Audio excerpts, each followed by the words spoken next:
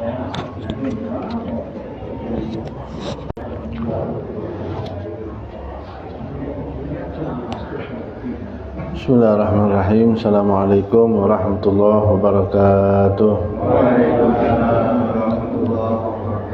Alhamdulillah rabbil alamin wa bihi nasta'in ala umuri dunya waddin. Wassalatu wassalamu ala al-mab'uthi rahmatan lil alamin sayyidina wa nabiyina Muhammadin wa ala alihi wa sahbihi ajma'in. Allahumma salli wa sallim ala sayyidina Muhammadin miftahi babi rahmatillah adada ma fi ilmillah salatan wa salaman daimaini bidawami mulkillah wa ala alihi wa sahbihi rabbi shrah li sadri wa yassir li amri wahlul 'uqdatam min lisani yafqahu qawli wasaddid lisani wa hdi qalbi bihaqqi sayyidina Muhammadin sallallahu alaihi wa alihi wasallam. Alhamdulillah, kita bersyukur pada Allah Subhanahu wa taala atas semua limpahan rahmat, nikmat, karunia yang Allah Subhanahu wa taala terus berikan untuk kita semuanya, khususnya nikmat iman, nikmat Islam, nikmat panjang umur, nikmat sehat wal afiat, taufik, hidayah, kemudahan dari Allah Subhanahu wa taala. Nah, kita berharap mudah-mudahan semua yang kita kerjakan ini diterima oleh Allah, dilipat gandakan ganjarannya, dan insyaallah jadi sebab kita dapat ridha Allah Subhanahu wa taala dunia dan akhirat. Amin ya rabbal alamin. Nah, sebagaimana biasa kita melanjutkan kajian fikih kita masih dalam pembahasan seputar sholat, yang insyaallah malam hari ini kita mau membahas soal rukun sholat. Gampangnya gini, apa sih rukun sholat itu? Rukun sholat itu ya gerakan dan bacaan sholat yang biasa kita baca ketika kita sholat, ya ruku, ya sujud, kemudian al-fatihah dan lain sebagainya. Jadi praktek yang kita lakukan ketika sholat itu semuanya namanya rukun sholat. Nah, tinggal nanti kita membedakan mana yang harus dilakukan, mana yang sunnah dilakukan, mana yang harus dibaca, mana yang sunnah dibaca. Itu nanti insya Allah akan kita bahas. Nah, sekedar mengingatkan bahwa rukun sholat itu semuanya harus terpenuhi supaya sholat itu kemudian bisa dikatakan sebagai sholat yang sah. Nah, kalau ada salah satu dari rukun sholat itu yang tidak terpenuhi sampai orang itu selesai dari sholatnya, berarti kita katakan sholatnya dia tidak sah. Berarti harus diulangi kembali dengan menyempurnakan rukun-rukunnya, ya. Kemudian informasi berikutnya, rukun di dalam sholat itu ada pembagiannya. Supaya gampang kita nggak usah bagi banyak-banyak lah ya. Kita bagi dua aja. Yang paling penting, ada rukun yang berupa ucapan, ada rukun yang berupa gerakan. Rukun yang berupa ucapan ini minimal harus terdengar oleh telinganya sendiri di suasana yang normal. Misalnya kayak sekarang, sepi, tidak ada banyak suara, tidak ada suara bising, tidak ada suara berisik.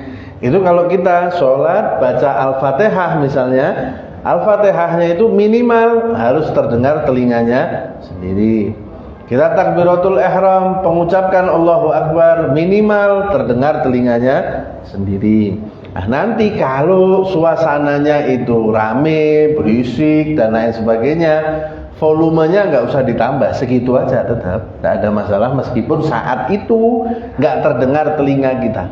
Nah, jadi terdengar telinga sendiri dalam kondisi suasananya sepi, tenang gitu ya. Nah, jadi yang banyak kita temukan juga itu orang ketika sholat misalnya itu baca Fatihahnya di dalam hati. Nah, bisa ini baca Fatihahnya harus diucapkan, terdengar telinganya sendiri dan lain sebagainya, yang nanti insya Allah akan kita bahas ketika kita baca Al-Fatihah, ya. Dan ada rukun yang sifatnya gerakan seperti ruku, sujud, duduk di antara dua sujud, tasyahud dan lain sebagainya. Oke, langsung aja kita mulai ke rukun yang pertama. Rukun yang pertama adalah niat. Sebagaimana kita ketika membahas wudu ada niat, membahas mandi wajib ada niat, membahas tayamum ada niat, di sholat pun juga ada rukun niat. Niat di dalam sholat dan di semua ibadah itu letaknya di dalam hati. Jadi tidak harus diucapkan. Mau diucapkan monggo aja, tidak ada masalah. Tapi yang terpenting niat itu harus hadir di dalam hati. Nah, kapan niat itu dilakukan? Niat itu dilakukan di dalam hati bersamaan dengan takbiratul ihram. Jadi mulutnya mengucapkan Allahu Akbar, hatinya menghadirkan niat. Nah, niat sholat itu tidak usah panjang-panjang. Khawatirnya nanti was-was akhirnya. Ya, pernah ketemu orang kalau sholat, Allah tidak jadi, Allah tidak jadi lagi.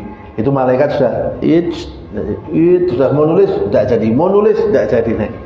Itu biasanya itu kena was-was di niat sholatnya. Ini niatnya sudah betul belum saya ya, sudah sempurna belum ya, sudah komplit belum, sudah lengkap belum. Kita ambil niat yang paling minimal aja. Kalau seandainya khawatir terkena was-was itu. Nah, apa niat yang paling minimal itu? Kalau kita sholatnya sholat fardu, kita cukup meniatkan di dalam hati usolli, kemudian fardu karena sholatnya sholat fardu, sama nama sholatnya, selesai.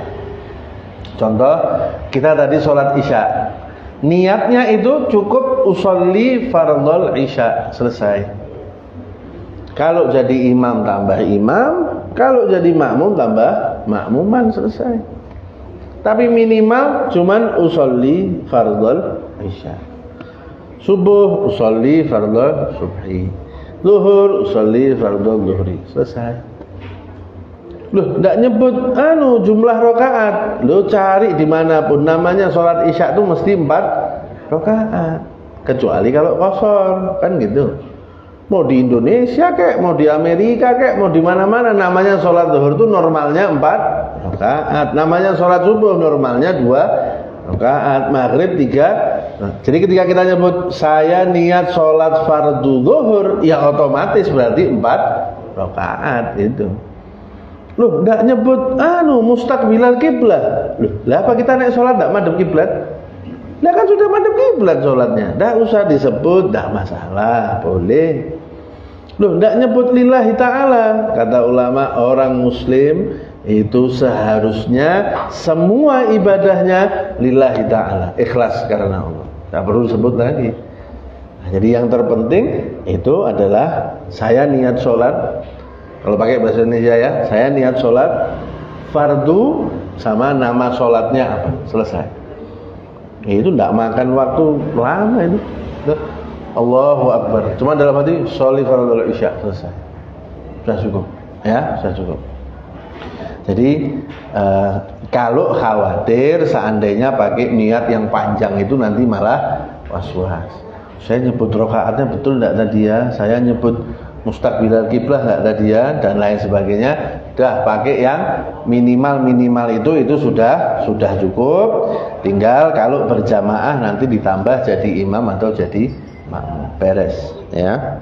Sekali lagi, niat itu dilakukan di dalam hati bersamaan dengan takbiratul ihram. Mulutnya mengucapkan takbiratul ihram, kemudian hatinya sambil menghadirkan niat, ya.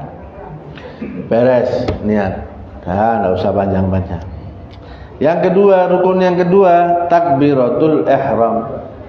Saya mau tanya nih, takbiratul ihram itu tadi kan kita bilang rukun sholat itu ada rukun ucapan, ada rukun perbuatan. Takbiratul ihram itu rukun ucapan atau rukun perbuatan kira-kira? Ucapan ya. Jadi takbiratul ihram itu yang terpenting bukan gerakan tangannya, bukan. Yang terpenting dari takbiratul ihram itu adalah ucapan Allahu Akbarnya itu yang terpenting, ya. Nah, gimana caranya mengucapkan takbiratul ihram? Ya normalnya kita biasanya Allahu Akbar. Jangan ada yang dipanjangkan melebihi yang seharusnya, jangan ada yang dipendekkan dan lain sebagainya. Misal yang tidak boleh itu A-nya panjang, Allahu Akbar, tidak boleh itu. Kenapa? Karena secara bahasa Arab itu jadi pertanyaan sekarang. Jadi kalau kita nyebut Allahu Akbar, itu artinya emang Allah Maha Besar. Loh, nah ini kan bahaya ini. Ya, jadi yang normal aja Allahu Akbar, selesai. Ya. Tuh. Dan karena ini rukun ucapan, berarti minimal harus terdengar telinganya sendiri, minimal harus terdengar telinganya sendiri. Nggak bisa di dalam hati, nggak bisa, ya harus terdengar suaranya sendiri. Kemudian kata-katanya jangan diganti-ganti. Allahur Rahman nggak bisa, Allahur Rahim nggak bisa juga. Ya normal aja lah kita seperti orang pada umumnya Allahu Akbar, karena Nabi tidak ada riwayatnya Nabi pernah sholat selain pakai Allahu Akbar. Ya udah, dan kata Nabi, shollu kama ra'aitumuni usolli, sholatlah kamu seperti kamu melihat aku sholat. Ya, terus rukun berikutnya, berdiri bagi yang mampu. Ini juga penting ya. Berdiri bagi yang mampu di saat sholat fardu. Artinya rukun berdiri itu hanya harus dilakukan ketika sholatnya sholat fardu. Kalau sholat sunnah walaupun bisa berdiri, dia boleh sholat sambil duduk, boleh, meskipun bisa berdiri, ya. Karena ada hadis di mana Nabi SAW lihat istrinya itu sholat di rumahnya, sholat sunnah, sampai dari satu tembok ke tembok yang lain itu dikasih tali sama istrinya. Karena kalau nanti capek berdiri, dia sambil bertumpu di tali itu kalau capek. Kata Nabi, copot. Terus kalau sholat sunnah sambil duduk juga nggak masalah, nggak apa-apa. Tapi kalau sholat fardu, sholat wajib, selama bisa berdiri, sholatnya harus sambil berdiri. Kalau nanti nggak bisa berdiri, baru dia boleh duduk. Nggak bisa duduk sambil berbaring miring di sisi badannya yang sebelah kanan. Nggak bisa juga, baru dia sholat sambil telentang. Ya. Cuma yang harus diperhatikan, ketika sholat sambil berdiri atau sambil duduk, ketika sholat sambil duduk, itu kalau takbiratul ihram dan fatihahnya bisa sambil berdiri, harus sambil berdiri. Misal contoh, ada orang dia ini nggak bisa rukuk sama sujud karena misalnya ada sakit di punggungnya atau di kakinya misalnya, jadi nggak bisa rukuk, nggak bisa sujud, tapi berdiri bisa. Nah, berarti takbiratul ihramnya berdiri, baca al-fatihahnya berdiri, nanti waktunya rukuk dan sujud, baru rukuk sujudnya sambil duduk, gitu. Bukan dari awal dia sudah duduk, nggak bisa. Ya, yang bisa dilakukan sambil berdiri tetap harus dilakukan sambil berdiri, Oke, nanti insya Allah kapan itu kita bahas ya, karena ini banyak orang yang memahaminya kalau dia nggak bisa sholat sambil berdiri itu otomatis dia berarti sholatnya langsung sambil duduk. Padahal dari parkiran motor ke masjid jalan dia, begitu sampai masjid buka kursi, sholatnya duduk di kursi. Dari itu ngapain tadi dari sana ke sini bisa jalan, kok masuk baca Fatihah sebentar, baca takbiratul ihram sebentar, nggak bisa sambil berdiri. Ya, kecuali kalau dari parkiran ke sini juga pakai kursi roda, misalnya masuknya digotong, umpamanya, ini nggak bisa berdiri namanya. Nah ini naik motor, parkir motor dari parkiran ke sini jalan, jerat, begitu masuk kamar mandi, masuk masjid, buka kursi, duduk, terus dia sholat sambil duduk. Nggak bisa. Ya, yang bisa dilakukan normal semuanya harus dilakukan dengan normal. Saya kasih contoh. Orang bisa berdiri, bisa ruku, nggak bisa sujud. Ini sholatnya gimana sekarang? Takbiratul ihramnya berdiri, al-fatihahnya berdiri, rukuknya normal, iktidalnya normal, pas dia waktunya sujud baru dia duduk, gitu loh. Jadi duduknya itu ketika nggak bisa itu aja. Selama yang lain bisa, ya yang bisa itu dilakukan dengan normal, ya, dengan normal. Oke, insyaallah paham, insyaallah ya, insyaallah. Lanjut. Rukun berikutnya membaca Al-Fatihah. Nah, syaratnya membaca Al-Fatihah yang pertama ayatnya harus urut.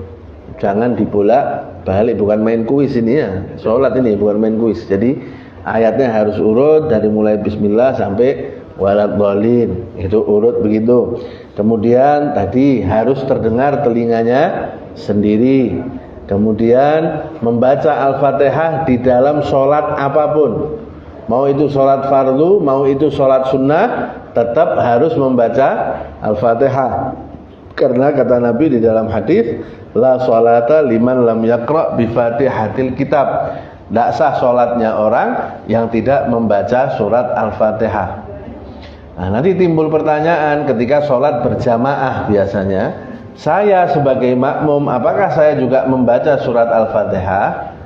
Nah, di dalam mazhab kita, mazhab Imam Syafi'i, walaupun jadi makmum tetap baca surat Al-Fatihah.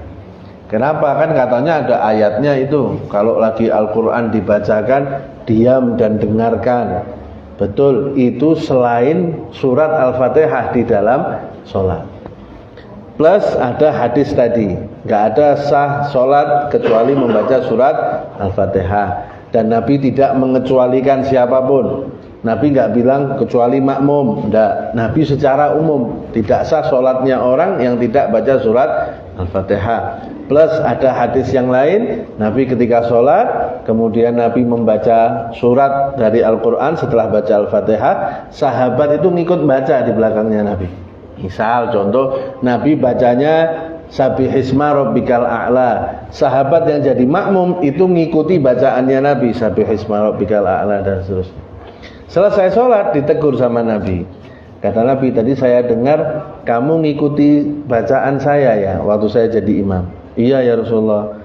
Kata Rasulullah, kalau imam baca surat, kamu diem aja. Makmum itu hanya membaca surat Al-Fatihah, kata Nabi. Dari situ kesimpulannya di dalam mazhab kita, walaupun kita jadi makmum, tetap kita baca surat Al-Fatihah. Ya, tetap baca surat Al-Fatihah. Nah, kemudian Al-Fatihah itu dibaca tadi ya setiap sholat. Kemudian meskipun kita menjadi makmum, dan kita harus belajar gimana caranya baca Al-Fatihah yang benar, pengucapannya, kemudian panjang pendeknya, tasdid-tasdidnya dan lain sebagainya. Karena ini termasuk bagian paling penting dari rukun sholat, itu adalah Al-Fatihah ini ya. Kalau Al-Fatihah ini bermasalah, nanti bisa mempengaruhi sah atau tidaknya sholat yang kita lakukan. Jadi harus betul-betul diperhatikan. Oke, beres ya Al-Fatihah ya. Al-Fatihah normal sebagaimana kita sholat pada umumnya. Kemudian ruku. Nah, ruku itu minimal ruku itu adalah menundukkan badan sampai telapak tangan sejajar dengan lutut. Meskipun tidak kita pegang, jadi megang lutut ini sunnah aja ya. Jadi kalau ada orang sholat terus rukunya tangannya ngewel-ngewel gini, tidak ada masalah. Walaupun aneh aja dilihat ya, ngapain gini-gini. Tapi sah-sah aja gitu loh ya, sah walaupun dia tidak megang lututnya dia. Tapi minimalnya dia menundukkan badannya, dia membungkukkan badan sampai telapak tangannya ini sejajar dengan lutut. Bagi orang yang normal, ukurannya itu orang yang normal. Misal orang ini tangannya kecil, jadi dia nunduknya harus nunduk banget baru tangannya sejajar lutut. Ini bukan ukuran nih berarti. Atau orang tangannya panjang banget, dia cuma gini aja, tangannya langsung sejajar dengan lutut, bukan ukuran juga.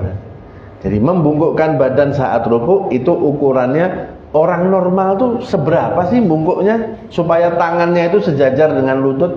Ya segitu kita minimal membungkuk untuk ruku ya. Kemudian yang harus kita perhatikan juga ketika kita ruku adalah rukuknya itu, dan nanti ruku, sujud dan rukun-rukun gerakan yang lain itu harus dilakukan dengan tumakninah. Apa itu tumakninah? Tumakninah itu memberi jeda sebentar untuk berpindah dari rukun yang satu ke rukun yang lain. Jadi misalnya ada orang sholat, kemudian dia ruku, ini jangan langsung i'tidal lagi, tapi diam dulu sebentar. Sekedar ucapan subhanallah. Jadi kalau kita ruku kemudian kita baca bacaan ruku subhana rabbiyal azimi wa bihamdi, itu udah dianggap kita melakukan tumakninah. Nah, kata Nabi di dalam hadis, jangan kamu sholat kayak ayam lagi makan, kata Nabi. Ayam kalau makan tuh gini ya, cepat dia matok terus. Jangan sholat kayak ayam lagi Makan. Jadi sholatnya tidak ada tumak ninahnya maksudnya Nabi. Ruku itu ini olahraga aerobik apa sholat tidak bisa dibedakan.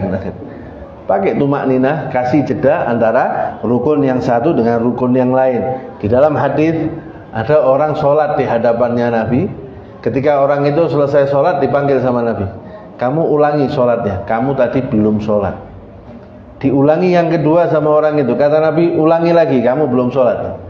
Diulangi yang ketiga, kata Nabi, kamu belum sholat, ulangi lagi. Sampai akhirnya dia bilang, alimni ya Rasulullah, ya ajarkan saya, apa ini saya salahnya di mana, katanya dia. Kata Nabi, ringkasnya, kamu tadi nggak pakai tumak ninah tuh. Ruku langsung idul langsung sujud langsung duduk. Tidak ada tumak ninahnya antara satu rukun dengan rukun yang lain. Nah, kemudian yang perlu kita perhatikan juga ketika kita ruku adalah ketika kita bergerak untuk ruku itu jangan ada tujuan lain selain ruku. Contoh, misal saya sholat diganggu sama teman saya ngelempar barang dari sana. Saya mau menghindar kan, saya nunduk gini, nanggung ya, ruku aja sekalian. Nggak bisa nih. Kenapa? Karena ketika nunduk tujuannya bukan ruku, tujuannya mau menghindar dari barang yang dilempar itu. Nah, bisa. Ketika kita ruku, ya tujuannya memang kita mau ruku.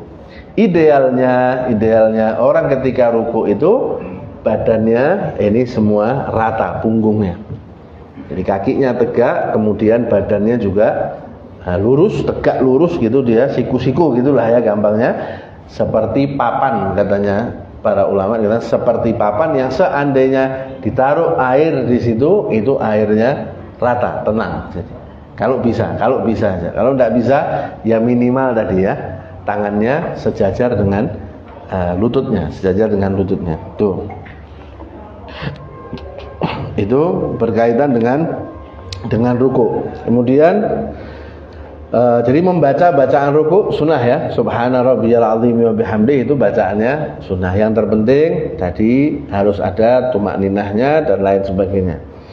Nah, kemudian rukun yang berikutnya adalah i'tidal. I'tidal itu kembali berdiri tegak setelah sebelumnya ruku. Itu namanya i'tidal. Nah, dan syaratnya i'tidal sama seperti ruku, harus ada tumak ninahnya dan lain sebagainya, berdirinya yang tegak seperti kita kembali berdiri di awal sholat tadi, ya, kembali di awal sholat tadi. Dan i'tidal itu termasuk rukun yang pendek. Jadi kalau bisa mau berdoa panjang-panjang itu tempatnya bukan di i'tidal. Kecuali i'tidal rakaat terakhir di sholat subuh bagi yang membaca doa kunut silahkan. Tapi di sholat yang lain i'tidalnya cukup membaca doa i'tidal yang selama ini kita tahu. Ya, Sami Allahu liman hamidah, Rabbana lakal hamdu bil samawati dan seterusnya. Itu karena termasuk rukun yang pendek. Nah, ini sekarang i'tidal gitu aja, tidak usah panjang-panjang kita. Yang penting i'tidalnya sudah benar kita semua insyaallah. Nah, rukun yang berikutnya adalah sujud. Ini yang penting juga ya. Ini yang harus benar-benar diperhatikan, salah satunya sujud ini. Nah, ketika kita sujud, yang pertama yang harus kita tahu, sujud itu menggunakan 7 anggota badan. Atau kalau bahasa Nabi di dalam hadis, umirtu an asjuda ala sab'ati a'dzumin. Saya itu diperintahkan oleh Allah untuk sujud di atas 7 tulang, katanya Nabi. 1 dahi, 2 telapak tangan, 1, 2, 3, kemudian lutut kiri kanan, 4, 5, dan bagian telapak jari-jari kaki kanan dan kiri. Jadi 6 dan 7 ya. 1, 2, 3, 4, 5, 6, 7 bagian dalam jari-jari kaki. Ini semuanya harus kena ke tempat sujud. Dan terutama dahi, paling penting dari semua anggota sujud itu adalah dahi. Nah, di antara syaratnya sujud juga adalah tumak ninah, sudah jelas, tidak perlu kita bahas lagi. Dan dahinya harus terbuka. Misal saya pakai peci gini, misal, terus saya sholat, saya sujud, sah tidak sujudnya? Tidak sah. Kenapa? Karena dahinya tertutup. Paling enggak dahinya terbuka sedikit, ada sedikit bagian dari dahi ini yang kena ke tempat sujud. Makanya orang rambutnya panjang misalnya, kalau ketika sujud rambutnya ke depan semua sampai nutupi dahinya dia semuanya, enggak ada sedikit pun dari dahi itu yang kena ke tempat sujud, enggak sah sholatnya.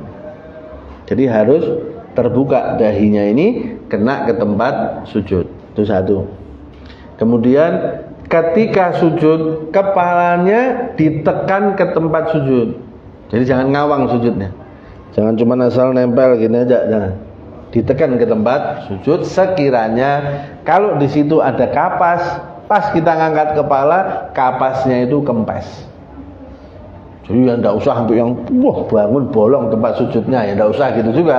Tapi ditekan, jangan asal nempel gitu aja ya, ditekan. Tuh. Kemudian yang lainnya itu perwakilan aja cukup. Walaupun ya ini aneh juga ya. Tapi secara umum misal tangan, kita tangan itu cuman ini gini aja misalnya. Enggak gini semuanya, gini cukup. Kenapa? Udah ada perwakilan dari telapak tangan yang nempel. Jari-jari kaki biasanya orang itu enggak semuanya nempel, cuman jempolnya aja misalnya. Cukup, enggak ada masalah ya.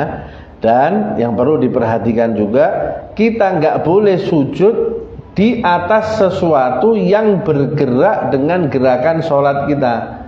Saya waktu itu udah pernah bahas kita di sini sedikit ya. Kita kasih contoh, waktu itu saya pakai dasi. Saya sholat pakai dasi. Kalau saya ruku, dasinya ikut gerak. Saya berdiri, dasinya gerak lagi. Saya sujud. Jadi setiap saya gerak, dasi ini ikut berayun-ayun mengikuti gerakan sholat saya. Kalau ketika sujud saya sujud di atas dasi ini tidak sah. Kenapa? Itu kayak kita sujud di atas tangan kita. Ini tidur namanya, bukan sujudnya. Tidak boleh juga. Ya, kalau ibu-ibu biasanya mukena nih. Makanya kemarin kita bukan promosikan ya, kita sarankan pakai mukena yang jadi satu itu. Tapi kalau mukenanya biasanya atas bawah, itu ada yang secara tidak sadar mungkin ketika sujud itu mukena depannya itu dihamparkan, terus dia sujud di atas mukenanya. Tidak sah juga. Kenapa? Karena sekarang mukena itu ikut bergerak dengan gerakan sholat kita. Ketika kita ruku, ya dia ikut. Kita berdiri, dia ikut gerak. Kita sujud terus, mengikuti gerakan sujud dan gerakan ruku kita. Tidak bisa ya. Jadi kalau misalnya pun pakai mukena seperti itu, maka ketika sujud itu jangan sampai dipastikan jangan sampai dia menutupi dahi kita, jangan sampai kita sujud di atas mukena itu ya. Ini penting ya. Kemudian termasuk yang harus diperhatikan ketika sujud itu bokongnya lebih tinggi daripada kepalanya, itu namanya sujud. Jadi bukan sejajar, apalagi bokongnya lebih rendah daripada kepalanya. Biasanya kalau udah ngadain acara rame, terus sholatnya di masjid orangnya sampai keluar-keluar, ada yang sholatnya di tangga. Wah, nanti pas sujud kepalanya di tangga atas, kakinya di tangga bawah. Ini kan aneh dilihatnya dari luar. Ini ngapain orang ini? Tidak sah begitu. Kenapa? Karena berarti ketika sujud kepalanya lebih tinggi dari bokongnya, tidak boleh. Sujud itu bokongnya yang lebih tinggi dari kepalanya. Jadi seperti kita sujud pada umumnya, gini jadi posisinya ya. Nah, itu posisinya gitu. Itu harus diperhatikan juga ya. Nah, kemudian apa perbedaan laki-laki dan perempuan di dalam ruku dan sujud? Kalau perempuan itu semuanya tertutup. Jadi ketika dia ruku tangannya nempel. Ketika dia sujud tangannya juga nempel, perutnya nempel ke paha dan lain sebagainya, seakan-akan dia itu pokoknya tertutup betul. Sedangkan kalau laki-laki sebaliknya, ketika ruku tangannya agak dibuka, ketika sujud tangannya dibuka, perutnya jangan nempel ke paha bagi yang bisa ya. Yang tidak bisa ini ya sudah lah ya, kita terima nasib aja. Tapi bagi yang bisa perutnya itu jangan nempel ke paha. Jadi jangan sujudnya itu kayak imut banget gitu loh, jangan.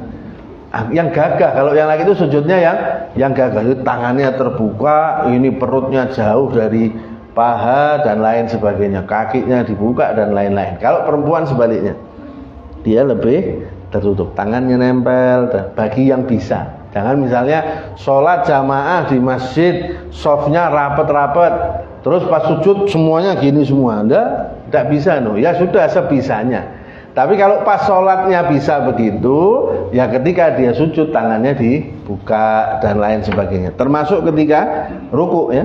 Jadi ketika ruku yang laki-laki itu tangannya jangan nempel di sini. Jadi rukunya jangan gini, tapi dibuka nih, dibuka, biar gagah gitu loh dilihatnya ya. Oke, jelas ini ya, Mas. Jelas lah sini rukun-rukun ini biasa. Lanjut. Duduk di antara dua sujud. Duduk di antara dua sujud, yang terpenting dari situ adalah tumak ninah. Kemudian tidak membaca lebih panjang dari zikir yang disunnahkan dibaca di tempat itu. Jadi kalau mau berdoa panjang-panjang, tempatnya bukan saat duduk di antara dua sujud. Ketika berdiri boleh, ruku boleh, sujud boleh, silahkan. Tapi i'tidal dan duduk di antara dua sujud itu tidak disyariatkan di situ untuk membaca doa yang panjang. Cukup dengan doa yang biasanya kita baca ketika kita duduk di antara dua sujud. Nah, terus ketika duduk di antara dua sujud itu cara duduknya bagaimana? Sebetulnya bebas saja ya. Tapi yang idealnya kalau mau mengikuti sunnahnya Nabi SAW, duduk di antara dua sujud itu namanya duduk iftirash. Iftirash itu kaki kanannya tegak, kaki kirinya diduduki. Seperti kita kalau duduk tasyahud awal itu ya. Nah, seperti itu. Itu namanya duduk iftirash. Nanti duduk di antara dua sujud begitu. Duduk tasyahud awal begitu juga. Duduk tasyahud akhir baru kaki kirinya dikeluarkan dari selipan kaki kanan. Itu namanya duduk tawaruk namanya. Itu khusus untuk duduk-duduk yang sudah akhir sholat, duduknya tawaruk begitu. Tapi kalau duduk yang masih mau ada gerakan lain selain itu, misalnya duduk di antara dua sujud, setelahnya salam atau bukan? Bukan, setelahnya kan sujud, berarti duduknya yang tegak tadi. Kemudian tasyahud awal, setelahnya kan masih mau berdiri, berarti duduknya yang tegak tadi, duduk iftirash dan lain sebagainya. Tidak mau, saya maunya duduknya bersila. Jadi duduk di antara dua sujudnya bersila aja duduknya. Boleh enggak? Boleh aja. Tapi tidak sunnah tapi itu ya, tapi tidak sunnah. Kalau mau yang sunnah ya, yang normal-normal tadi itu aja, duduk iftirash dan duduk tawaruk ya. Nah, kemudian rukun berikutnya adalah membaca tasyahud akhir. Nah, kalau membaca berarti harus terdengar telinganya sendiri, karena ini berarti rukun bacaan ya. Membaca tasyahud akhir. Apa itu tasyahud akhir? At-tahiyatul mubarakatuh salawatut thayyibatulillah. Assalamualaikum ayuhan nabiyyu warahmatullahi wabarakatuh. Assalamualaikum wa ala ibadillah sholihin. Asyhadu an la ilaha illallah wa asyhadu anna muhammadar rasulullah. Itu tasyahud. Setelah itu rukun berikutnya adalah membaca sholawat kepada Nabi. Gimana cara baca sholawat sama Nabi? Minimal Allahumma sholli ala Muhammad, minimal. Mau agak soleh sedikit, tambahi sholawat Ibrahimiyah. Allahumma sholli ala Muhammad wa ali Muhammad kama shollaita ala Ibrahim wa ali Ibrahim wa barik ala Muhammad wa ali Muhammad kama barakta ala Ibrahim wa ali Ibrahim fil alamina innaka Hamidum Majid. Tapi minimal dia hanya perlu mengucapkan Allahumma sholli ala Muhammad, itu minimal itu. Jadi misal ada orang sholat, dia ketika di tasyahud akhir dia baca at-tahiyatul mubarakatuh salawatu dan seterusnya sampai asyhadu alla ilaha illallah asyhadu anna muhammadar rasulullah Allahumma sholli ala Muhammad assalamualaikum warahmatullahi assalamualaikum warahmatullahi, sah salatnya dia ya, karena minimalnya sholawat itu. Kalau mau sunnah ditambah sholawat Ibrahimiyah tadi ya, wa ala ali Ibrahim dan seterusnya itu.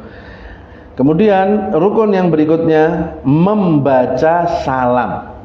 Jadi salam itu rukun gerakan atau rukun bacaan? Bacaan. Jadi nengoknya itu hukumnya sunnah. Yang wajib itu mengucapkan salamnya. Dan yang wajib salam itu cuma satu kali, itu yang wajib. Yang kedua itu hukumnya sunnah ya. Dan membaca salam itu redaksinya cuma ada satu. assalamu alaikum, minimal itu. Mau ditambah warahmatullah boleh. Ditambah wabarakatuh atau enggak? Ulama khilaf, ada yang bilang sunnah, ada yang bilang tidak sunnah. Monggo, mau ditambah boleh, enggak juga boleh. Minimal assalamualaikum. Jadi orang sholat at-tahiyatul barakatuh salawatullah syahadu an la ilaha illallah syahadu Muhammad Rasulullah Allahumma sholli ala Muhammad, assalamualaikum, selesai. Sah sholatnya. Walaupun udah enak aja dilihatnya mungkin ya, tapi sah sholatnya. Ya kok buru-buru amat mau kemana orang ini? Tapi kalau sah atau enggak? Sah sholatnya. Ya itu sholatnya sah. Nah, tapi redaksinya assalamualaikum itu minimal. Tambah assalamualaikum warahmatullah. Mau ditambah wabarakatuh boleh, enggak juga boleh. Silahkan aja ya.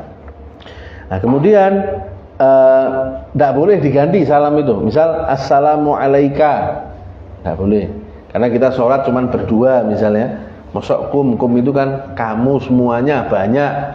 Ini kan saya sholat cuma sendiri sama teman saya berdua. Assalamualaikum warahmatullah. Tidak boleh. Walaupun sendiri tetap assalamualaikum. Ya, tidak boleh diganti-ganti. Nah, kalau kita mau pakai nengok, nah cara paling ideal nengoknya itu gini. Assalamualaikum itu masih semuanya menghadap ke arah kiblat. Nanti pas warahmatullah baru kita nengok kanan. Setelah itu balik lagi ke tengah dulu, terus assalamualaikum menghadap depan, baru warahmatullah nengok ke sebelah kiri. Idealnya begitu. Enggak ya enggak apa-apa juga ya. Enggak nengok aja enggak apa-apa kok ya. Baru yang terakhir rukunnya adalah tertib. Tertib itu artinya dilakukan sesuai dengan urutan yang tadi kita baca.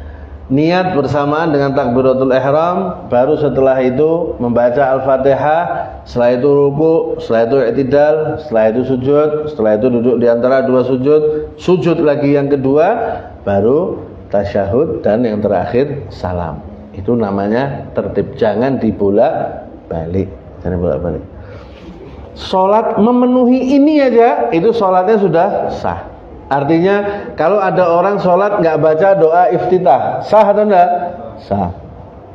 Orang sholat nggak baca surat pendek, sah atau enggak? Sah. Orang sholat nggak baca zikir ruku, nggak baca zikir sujud, nggak baca zikir i'tidal, nggak baca zikir duduk di antara dua sujud, sah atau enggak? Sah. Karena yang terpenting dari ruku, sujud, i'tidal, duduk di antara dua sujud itu gerakannya, bukan bacaannya. Jelas ya? Nah, ini orang minimal sholat itu dia melakukan semua ini. Kalau ini semua terpenuhi, meskipun dia nggak melakukan yang sunnah-sunnah, kan sah. Sholatku kama ra'aitumuni usolli. Sholatlah sebagaimana kamu melihat saya sholat. Lalu kita lihat ke hadis-hadis Nabi, secara umum seperti ini sholat yang dilakukan oleh Rasulullah Sallallahu Alaihi Wasallam. Ini kita berhenti di sini dulu. Nah, nanti pertemuan berikutnya kalau ada yang perlu diulang dari rukun sholat kita ulang, atau kalau enggak kita lanjut ke sunnah-sunnah sholat. Apa gunanya sunnah-sunnah sholat? Gunanya untuk semakin menyempurnakan sholat yang lagi kita kerjakan. Sampai di sini ada pertanyaan atau enggak? Iya.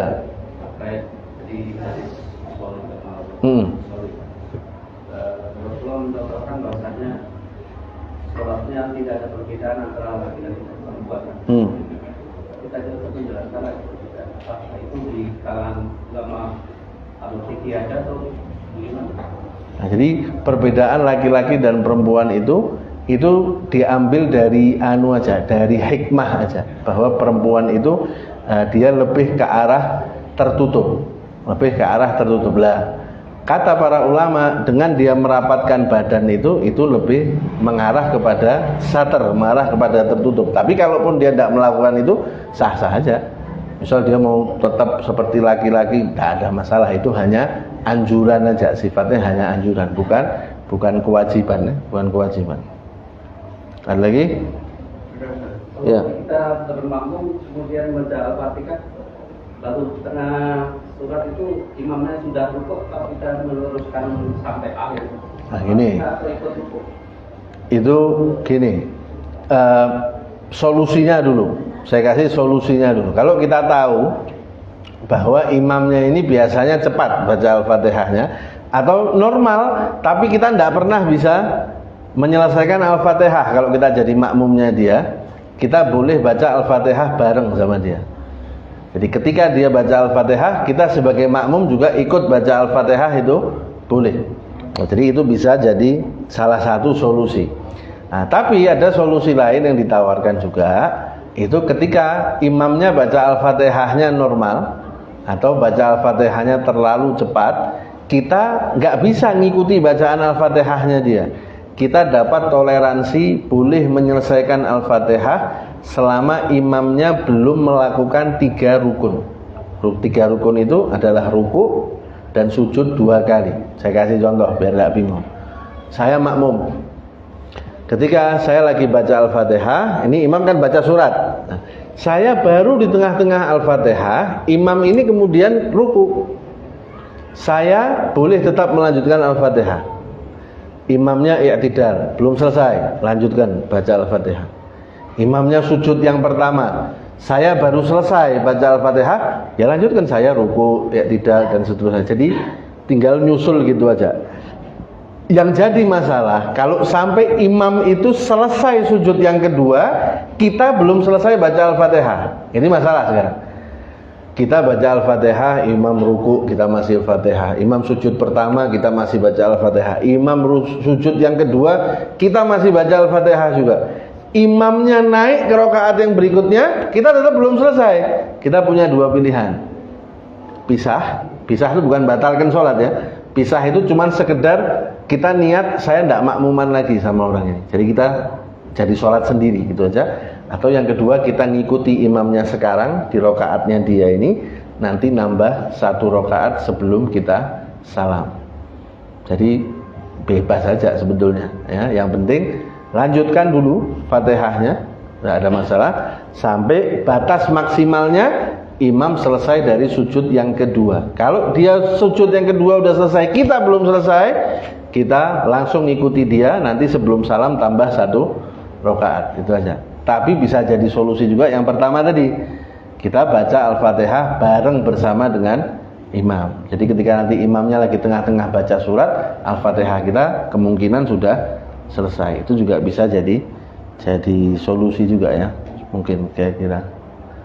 Ada lagi? Iya. Kalau akhir-akhir itu kadang-kadang tidak bisa ya. Wah, ini nyindir ini. Nah, terus itu sama enggak? Sah-sah aja. Yang banyak kan ganggu terus geser terus enggak jatuh. Enggak, kalau gitu jangan duduk miring. Duduknya seperti tasyahud awal boleh. Duduk sila boleh. Ini kan sunnahnya begitu, sunnahnya. Tapi kalau tidak bisa ya sudah. Ya. Jadi duduk seperti tasyahud awal boleh, enggak masalah, boleh. Apalagi kalau kita tahu kalau kita duduk kayak gitu mesti kita ganggu sebelahnya, ya langsung tasyahud awal aja duduknya, seperti tasyahud awal, boleh aja.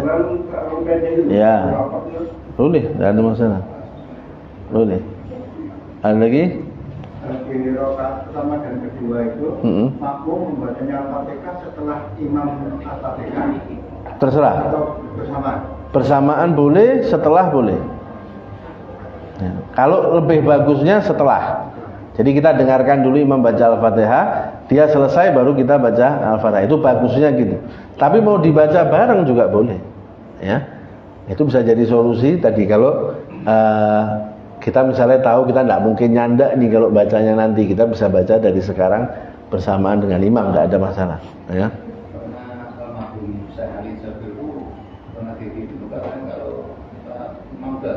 Masih Al-Fatihah, kemudian kita belum rukuk sampai imam i'tidal itu udah batal kan?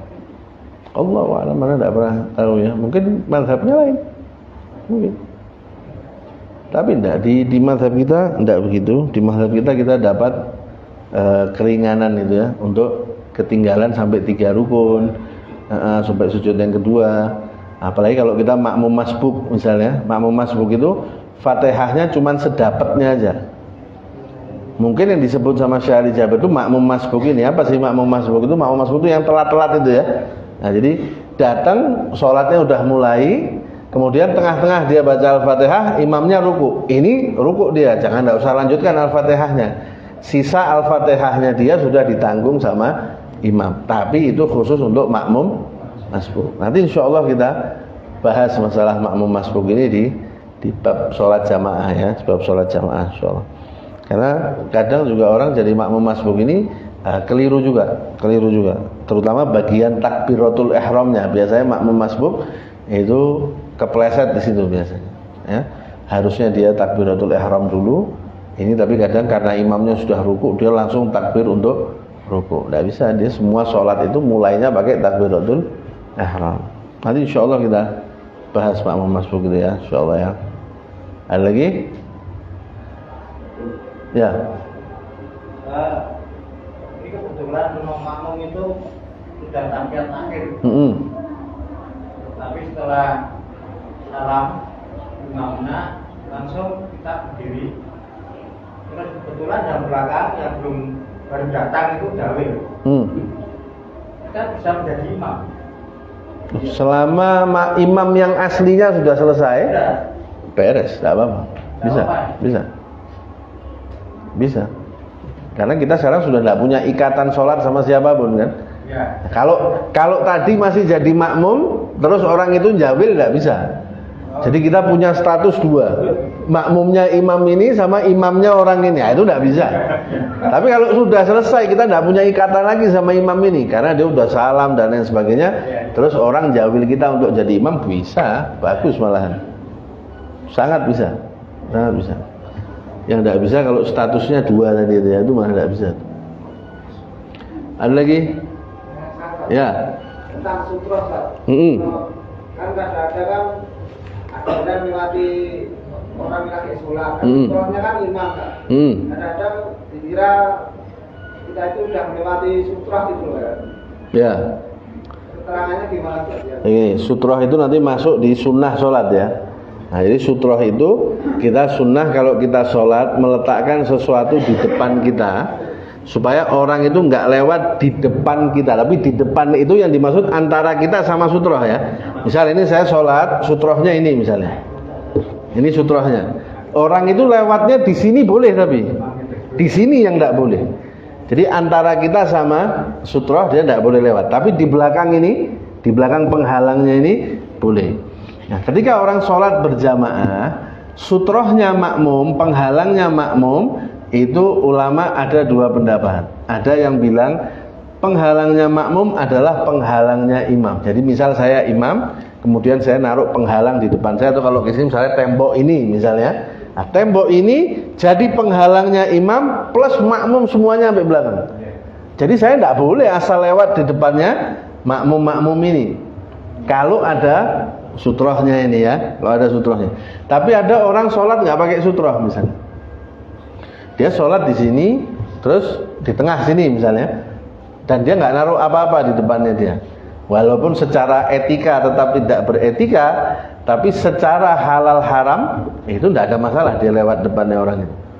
Karena orang itu yang salah sendiri, kenapa tidak membuat sutroh di depannya dia. Tapi selama ada sutroh ini, kita tidak boleh lewat di depannya orang yang sholat. Orang yang sholat itu boleh menghalangi gini. Bahkan kata Nabi dalam sebagian riwayat, kalau orang itu ngeyel tetap mau sholat, boleh dipukul orang itu. Nah, kata Nabi ini setan sudah, bukan orang ya. Orang yang kayak setan juga banyak juga sebenarnya. Tapi intinya itu, kalau kita sholat berjamaah, sutrohnya imam itu sutrohnya makmum. Jadi kita tidak boleh asal lewat di depannya makmum yang lagi sholat sama imam. Nah, terus kalau ada sutrohnya, kita nggak boleh lewat di depan orang itu antara dia sama sutroh. Kecuali ada pengecualiannya. Orang sholat di depan pintu ini. Pintu ini kan akses keluar masuknya kan pintu ini. Dia sholat di depan pintu, pas di depan pintu. Padahal di sini masih ada tempat. Itu kita lewati aja, nggak ada masalah. Kenapa? Dia cari masalah sendiri. Kalau dia terus menghalangi kita yang pukul mungkin tidak apa-apa sekarang kalau. Karena sholatnya di depan pintu. Plus sutroh itu ada syarat-syaratnya. Misal jarak antara kita ke sutroh nggak boleh terlalu jauh. Contoh, saya sholat di belakang sini, soft paling belakang, sutrohnya mana? Ini, tiang mic ini misalnya. Kan jauh antara saya sama sutrohnya ini. Terus orang tidak boleh lewat jalanan segini gedenya. Boleh, karena terlalu jauh jarak antara dia dengan sutroh. Tapi kita supaya tahu sutroh itu sunnah ya. Naruh penghalang itu hukumnya sunnah. Supaya tadi seperti yang dikatakan beliau ini, orang supaya nggak asal lewat-lewat aja di depan kita ya. Itu kita harus tahu karena haram hukumnya lewat di depan orang yang sholat kalau ada sutrohnya. Kalau tidak ada, dia sendiri yang salah karena dia tidak menempatkan sutroh di hadapannya dia. Tuh, gitu ya. Betul? Belum? Benar? Pertanyaannya gitu? Ya, oh ya betul, siap. Ya. Kalau kami sebagai makmum, kalau mau rakaat terakhir itu mau ngentut itu lebih baik ditunda apa ditahan?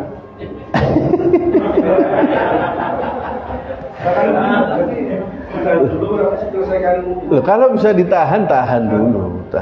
Loh, tapi katanya sholat sambil nahan buang angin itu makruh katanya ya. Pernah dengar? Itu kalau belum sholat. Saya mau sholat, belum mulai ini ya, tapi sudah kebelet mau kentut ini. Itu kentutkan dulu. Tapi kalau pas sholat tidak kebelet, tengah-tengah sholat kebelet kentut, tahan, tidak makruh sekarang. Tidak makruh. Apalagi sudah rakaat terakhir iman-iman ya. Selesaikan dulu, nanti habis itu tinggal dieksekusi bisa. Ya. Itu. Jadi kembali ke sutroh sedikit. Kalau dikentutkan malah haram bisa. Karena membatalkan sholat wajib itu hukumnya haram. Jadi tahan. Kembali ke sutroh tadi sedikit ya. Jadi kalau kita masuk masjid, itu misal ada orang sholat di shaf yang kedua ini, nggak ada sutrohnya seperti pertanyaan itu misalnya. Itu kita lewat di sini, itu nggak apa-apa, gitu loh ya. Nggak harus kita muter sampai belakang masjid sana karena ada satu orang sholat di tengah-tengah masjid, nggak harus. Nah, kadang saya itu kalau sudah di masjid itu sampai bingung kadang. Ini kalau tak lewati depannya dia, nanti pikirnya orang ini ustadznya piye toh ini ada orang sholat kok lewat di depannya orang sholat. Padahal dia nggak pakai sutroh gitu loh. Jadi nggak apa-apa sebetulnya saya lewat situ, nggak harus muter sampai belakang. Nah, itu supaya kita kalau lihat orang kayak gitu kita nggak suudzon lagi sama dia. Ini ngelewati depannya orang sholat. Cek dulu ada sutrohnya enggak? Oh enggak ada, ya aman berarti enggak apa-apa. Atau sholatnya di depan sini, ini berarti sutrohnya, gitu loh ya. Soal ada tiang, dia sholat di belakang tiang, berarti tiang itu menjadi sutrohnya dia. Kita lewat di belakang tiangnya boleh, tapi antara dia sama tiang enggak boleh. Antara dia sama tembok ini kalau sholatnya di sini enggak boleh. Tapi kalau jaraknya terlalu jauh kita bilang ini tidak berlaku. Jelas ya insyaallah ya. Nanti insyaallah ada pembahasannya sendiri. Sutroh itu nanti insyaallah kita bahas secara simpel aja. Kita tidak senang yang mumet-mumet insyaallah.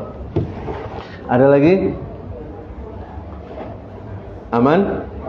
Aman ya insyaallah. Kita ketemu lagi di pertemuan yang berikutnya. Mudah-mudahan Allah panjangkan usia kita semua dalam kesehatan, ketaatan, keberkahan, keberlimpahan rezeki, dan insyaallah kelak diwafatkan kita semua dalam keadaan husnul khatimah. Amin ya rabbal alamin. Assalamualaikum warahmatullahi wabarakatuh.